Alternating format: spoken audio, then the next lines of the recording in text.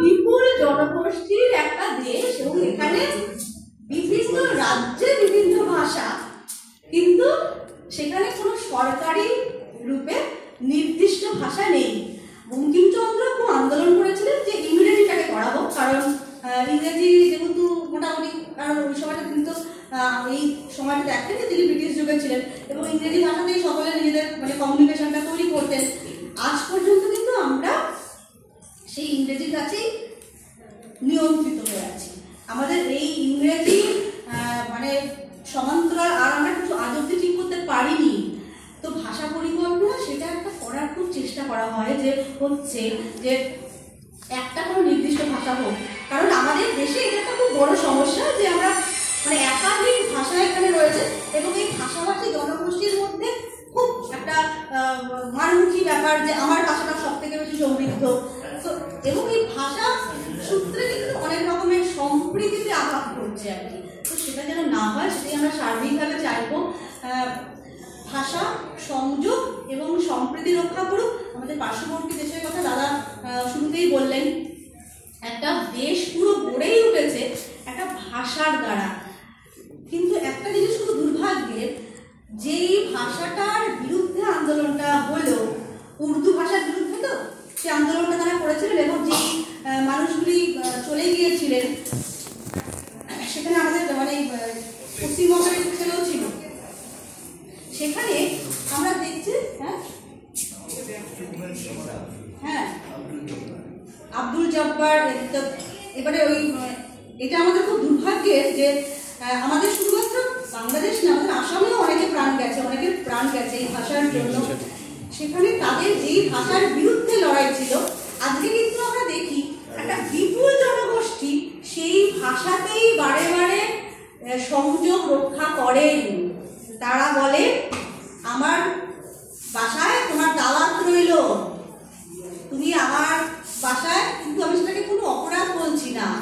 তারা দোয়া করো, আমাকে বলছে আপা তুমি আমাকে দোয়া করো, এই শব্দগুলো কি শব্দ?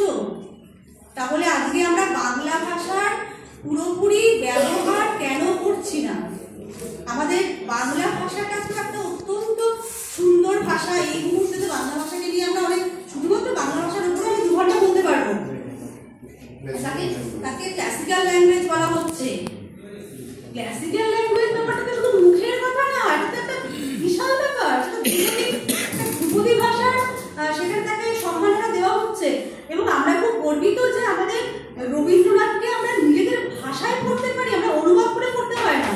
মানে আমাদের যারা অবাঙালি বন্ধু তারা বলেন যে তোমাদের খুব সৌভাগ্য, তোমাদের সৌভাগ্যকে আমি ঈর্ষা করি যে তুমি নিজের ভাষায় রবি ঠাকুরকে পড়ো, আমাকে অনুবাদটা করতে হয়। সেখানে ওই ভাষাটাতে আমরা দেখি যে অনেক আঘাত লাগছে। এখানে কিন্তু ইংরেজি মাধ্যম বাংলা মাধ্যমের কোনো মানে অসন্তোষ আমার মধ্যে নেই, কারণ আজকে আমরা অনেক সময় আমাদের সন্তানদের ইংরেজি মাধ্যমে পড়াই, কিন্তু আমাদের কি কোনো দায়ভার নেই আমার সন্তানকে এটা বোঝানোর যে আমার তোমার মাতৃভাষাটা হচ্ছে বাংলা এবং তুমি চেষ্টা করো নিজেকে ওই ভাষাতেই ভালো করে প্রকাশ করতে? এটা তো অবশ্যই আমাদের একটা দায়ভার। তো সেখানে আমরা গর্ব অনুভব করি যে আমার ইংরেজিটা বেশি করে সহজ মনে হয়, এরকম একটা ব্যাপার। কিন্তু ইংরেজির সাথে আমাদের কোনো বিরোধ নেই, সব ভাষা আমাদের ভালো করে শিখতে হবে। যেটা আমি একটু আগেই বললাম যে বহু ভাষা যারা জানেন তারাই গোলমালটা করে ফেলেন, যারা দ্বিভাষী তারা সেই গোলমালটা খুব একটা করেন না এবং তারা সমান্তরালভাবে দুটো ভাষায় খুব স্বচ্ছন্দ এবং তারা একদম নির্ভুলভাবেই বলেন। একটা ভাষা আর একটা ভাষাকে তারা কখনোই কোনোভাবেই নিয়ন্ত্রণ করে না। আমি যদিও আজকে কথা বলতে গিয়ে আমাকে ইংরেজি শব্দ ব্যবহার করতে হয়েছে, কারণ আমাদের লিঙ্গুইস্টিক্স কথাটা নিজেই মানে একটা ইংরেজি শব্দ, কারণ আমাদের ভাষায় কিন্তু আমরা ভাষাতত্ত্ব একটা পরিভাষা তৈরি করে নিয়েছি। ভাষাতত্ত্বটা কিন্তু বাংলা কথা নয়, এটা আমরা কিছু কিছু মানে ইংরেজি থেকে বাংলা পরিভাষা তৈরি করে নিয়েছি, কারণ আমাদের লিঙ্গুইস্টিক্সটা পড়তেই হয় ইংরেজিতে মূলত। কাজে সেখানে ইংরেজির সাথে আমাদের কোনো রকম বিরোধ নেই।